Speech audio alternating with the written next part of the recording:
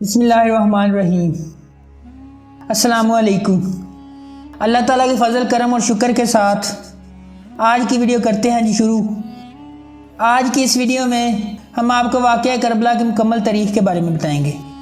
واقعہ کربلا ہماری تاریخ کا المناک ترین باب ہے۔ نبی مہربان صلی اللہ علیہ وسلم کی رحلت کی نصف صدی بعد آپ کے محبوب نواسے کو اور ان کے پورے اہل و عیال کو اس بے دردی کے ساتھ شہید کرنا اموی حکومت کے دامن پر سیاہ ترین دبا ہے۔ اس کا سبب محض یہ تھا کہ اموی حکمران یزید کی حکومت باقی نہ رہ سکتی تھی اگر امام حسین زندہ رہتے۔ یزید اور اس کے لاؤ لشکر نے جس سنگدلی کا مظاہرہ کیا وہ ہر لحاظ سے قابل مذمت ہے۔ ان واقعات کا علمی تجزیہ تو ہونا چاہیے، مگر افراط و تفریط کا شکار ہو کر تاریخ کو اپنی منمانی تعبیر کے سانچے میں نہیں ڈھالنا چاہیے۔ مستند واقعات کی کسوٹی پر تمام کرداروں کو پرکھا جائے تو ہر ایک کا درست تعارف سامنے آ جاتا ہے۔ یزید تاریخ کا ایک ایسا کردار ہے کہ جس پر شب و ستم کی بچھاڑ ہوتی ہے، مگر سب و شتم نہ تو درست طرز عمل ہے اور نہ اس سے کوئی مسئلہ حل ہوتا ہے۔ دوسری جانب رد عمل کے طور پر کچھ لوگ یزید کی پارسائی اور مناقب بیان کرنے کا محاذ سنبھال لیتے ہیں۔ یوں دونوں جانب کی کھینچا تانی نے حقائق کو کافی حد تک مسخ کیا ہے۔ یزید میں بلا شبہ کئی کبائر اور بڑی بڑی برائیاں تھیں اور خلافت کے اعلیٰ منصب کا تو وہ کسی لحاظ سے بھی اہل نہیں تھا۔ اس کے تخت پر براجمان ہونے کو قطعاً دلیل قرار نہیں دیا جا سکتا کہ وہ حق پر تھا۔ اگر اس دلیل کو تسلیم کر لیا جائے تو پھر فرعون اور نمرود جیسے تمام حکمرانوں کو بھی برحق ماننا پڑے گا، جو کہ سراسر خلاف حقیقت ہے۔ اسلام کے نظام خلافت کو جاننے والے صحابہ کرام بخوبی جانتے تھے کہ یزید اپنے کردار کے لحاظ سے خلافت کی عظیم ذمہ داری کے لیے بالکل نااہل ہے۔ ان حالات میں اہل حجاز کے مشورے سے حضرت عبد اللہ بن زبیر رضی اللہ تعالیٰ عنہ نے حجاز میں اپنی خلافت قائم کی اور یہاں کے تمام لوگوں نے ان کے ہاتھ پر بیعت کی۔ دوسری طرف اہل کوفہ نے ہزاروں کی تعداد میں خطوط لکھ کر حضرت حسین بن علی رضی اللہ تعالیٰ عنہ کو کوفہ آنے کی دعوت دی۔ یہ سب واقعات تاریخ میں محفوظ ہیں۔ یزید حضرت معاویہ رضی اللہ تعالیٰ عنہ کا بیٹا ہونے کے علاوہ کسی لحاظ سے بھی اس قابل نہیں تھا کہ کوئی فرد یہ سوچتا کہ زمانہ اقتدار اس کے ہاتھ میں ہونی چاہیے۔ یزید کی خلافت پورے عالم اسلام میں قبول نہیں کی گئی تھی۔ اہل عراق، حجاز، مصر اور دیگر بہت سے علاقوں میں یزید کی مخالفت کی جا رہی تھی۔ اہل کوفہ نے حضرت امام حسین رضی اللہ تعالیٰ عنہ کو نہ صرف خطوط لکھے بلکہ کئی وفود بھی ان کی خدمت میں بھیجے۔ ان لوگوں کے مسلسل اصرار اور پرزور مطالبے پر آپ رضی اللہ تعالیٰ عنہ نے عراق کی طرف رختے سفر باندھا۔ اس دوران مکہ، مدینہ اور پورے حجاز میں موجود صحابہ کرام رضی اللہ تعالیٰ عنہ یزید کی ناجائز حکومت اور سیدنا حسین رضی اللہ تعالیٰ عنہ کے سفر کوفہ پر اپنے اپنے خیالات کا اظہار کر رہے تھے۔ اکثر صحابہ رضی اللہ تعالیٰ عنہ کی رائے یہ تھی کہ امام حسین رضی اللہ تعالیٰ عنہ کو حجاز ہی میں مقیم رہنا چاہیے۔ اہل کوفہ کے بارے میں حضرت عبداللہ بن عباس رضی اللہ تعالیٰ عنہ اور حضرت حسین رضی اللہ تعالیٰ عنہ کے تایا زاد بھائی اور بہنوئی حضرت عبداللہ بن جعفر رضی اللہ تعالیٰ عنہ کی رائے یہ تھی کہ وہ قابل اعتماد لوگ نہیں ہیں۔ سوال پیدا ہوتا ہے کہ حضرت حسین رضی اللہ تعالیٰ عنہ نے اس کے باوجود کوفہ جانے کا فیصلہ کیوں کیا؟ جہاں تک انسانی تدبیر، حکمت اور دور اندیشی کا تعلق ہو سکتا ہے، حضرت حسین رضی اللہ تعالیٰ عنہ نے بلا شبہ اس کا اہتمام کیا تھا۔ انہوں نے خود کوفہ جانے سے قبل اپنے ساتھی اور تایا زاد بھائی حضرت مسلم بن عقیل رضی اللہ تعالیٰ عنہ کو کوفہ بھیجا۔ انہوں نے کوفہ جا کر حالات کا جائزہ لیا اور مفصل خط میں سازگار حالات کی رپورٹ دی۔ بعد میں اچانک جو حالات نے پلٹا کھایا تھا، اس کی اطلاع سیدنا حسین رضی اللہ تعالیٰ عنہ تک بر وقت نہیں پہنچ پائی تھی۔ رستے میں ایک مقام پر آپ رضی اللہ تعالیٰ عنہ کو اس زمانے کا مشہور شاعر فرزدق ملا جو کوفہ سے آ رہا تھا۔ وہ آپ کا بڑا مداح تھا۔ اس سے آپ نے وہاں کے احوال پوچھے تو انہوں نے واضح الفاظ میں کہا کہ ان کے دل تو آپ کے ساتھ ہیں مگر ان کی تلواریں بنی امیہ کے ساتھ ہوں گی۔ یہ ایسا مرحلہ تھا کہ اس رپورٹ پر یہاں سے راہ فرار اختیار کرنا کمزوری کی دلیل بن جاتا۔ کوفہ میں بنو امیہ کی طرف سے حضرت نعمان بن بشیر رضی اللہ تعالیٰ عنہ گورنر تھے۔ ہر گورنر دربار بادشاہت کا مقرر کردہ تھا۔ دوسری جانب بصرہ کا گورنر عبید اللہ بن زیاد حضرت معاویہ رضی اللہ تعالیٰ عنہ کا ساتھی تھا، مگر ان کی وفات کے بعد یزید ان سے نالا تھا اور معزول کرنے کا ارادہ رکھتا تھا۔ حضرت مسلم بن عقیل رضی اللہ تعالیٰ عنہ کی بیعت کی اطلاعات گورنر ہاؤس کے علاوہ دمشق کے شاہی دربار بھی پہنچ رہی تھی۔ بنو امیہ نے جاسوسی کا ایک بہت مؤثر نظام قائم کر رکھا تھا، اور کمال یہ ہے کہ دور جدید کی طرح عام طور پر کسی جاسوس کے بارے میں کسی کو معلوم نہیں ہوتا تھا کہ یہ سرکاری کرندہ ہے۔ جاسوسوں کو بڑی بڑی رقوم سے نوازا جاتا تھا۔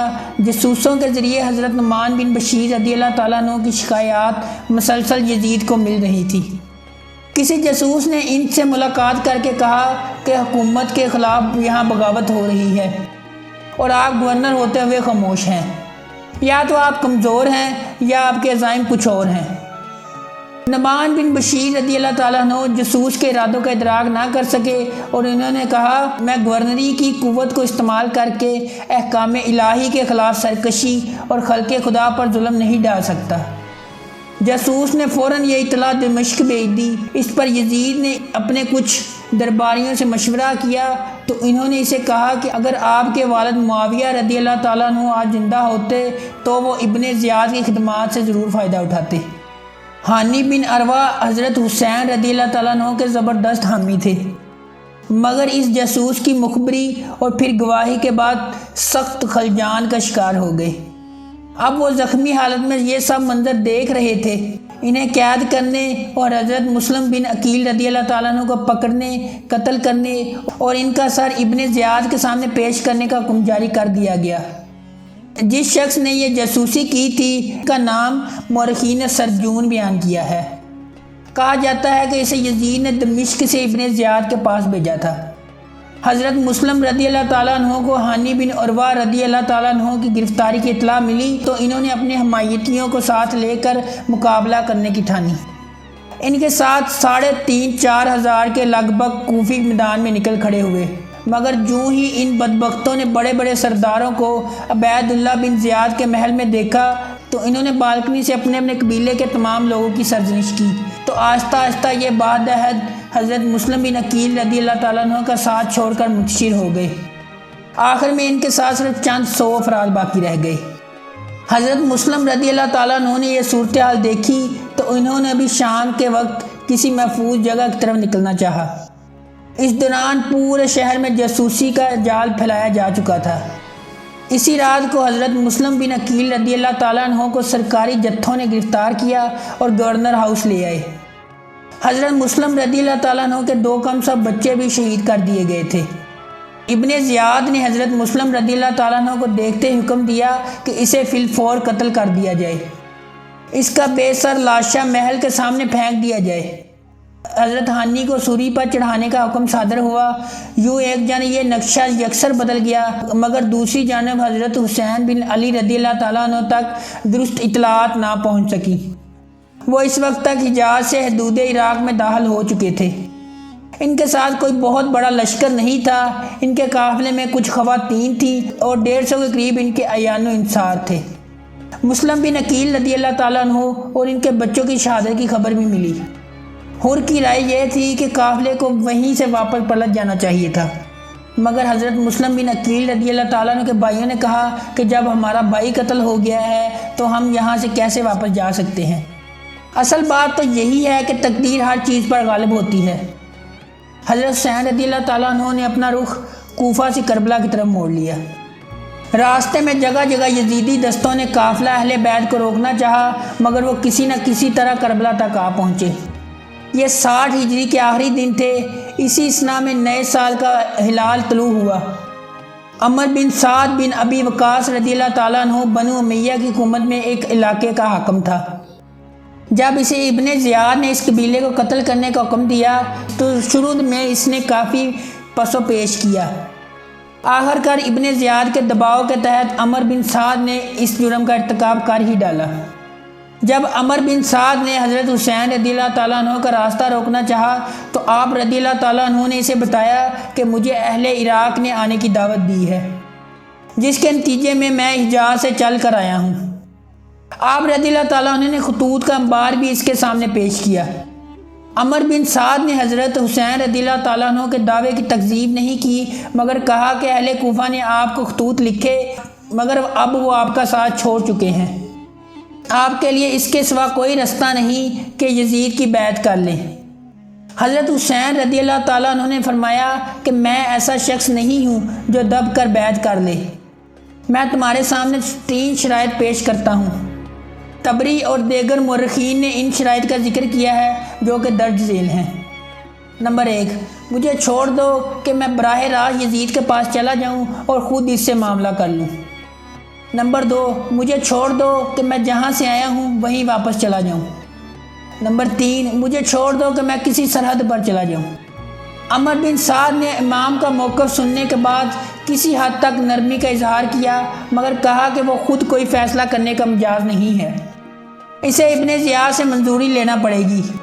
جب ابن زیاد تک یہ پیغام پہنچا تو وہ آگ بگولا ہو گیا اور اس نے سخت الفاظ میں عمر بن سعد کو سرزنش کرتے ہوئے حکم دیا، یا تو حسین سے بیعت لے آ یا اس کا سر قلم کر کے میرے دربار میں بھیج۔ سیدنا حسین رضی اللہ تعالیٰ عنہ کو جب اس صورتحال کا علم ہوا تو انہوں نے پوری جرأت ایمانی کے ساتھ فرمایا کہ اللہ کی قسم میں سر تو کٹوا سکتا ہوں مگر زبردستی مجھ سے بیعت نہیں لی جا سکتی۔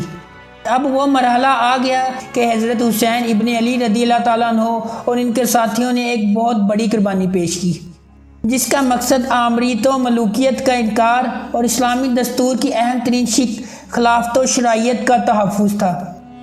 حضرت حسین رضی اللہ تعالیٰ عنہ کے ساتھی ایک ایک کر کے شہید ہوتے چلے گئے۔ آخر میں آپ رضی اللہ تعالیٰ عنہ تنہا رہ گئے تھے۔